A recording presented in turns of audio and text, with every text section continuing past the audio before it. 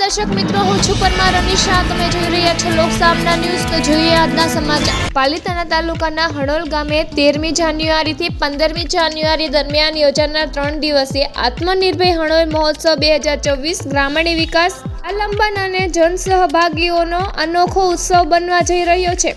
આ મહોત્સવમાં દેશ અને રાજ્યના અનેક પ્રતિષ્ઠિત મહાનુભાવો ઉપસ્થિત રહી વિવિધ વિકાસલક્ષી પ્રવૃત્તિઓમાં ભાગ લેશે.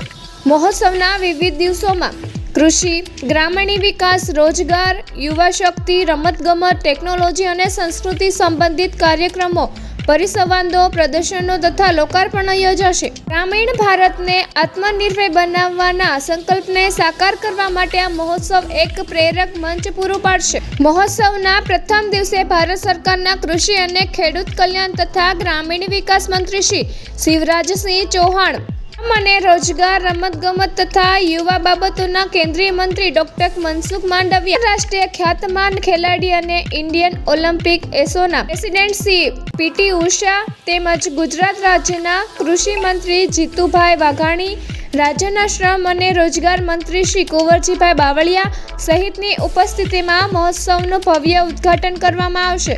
તો ફરી મળીશું એક નવા સમાચાર સાથે. ત્યાં સુધી જોતા રહો લોકસામના ન્યૂઝ.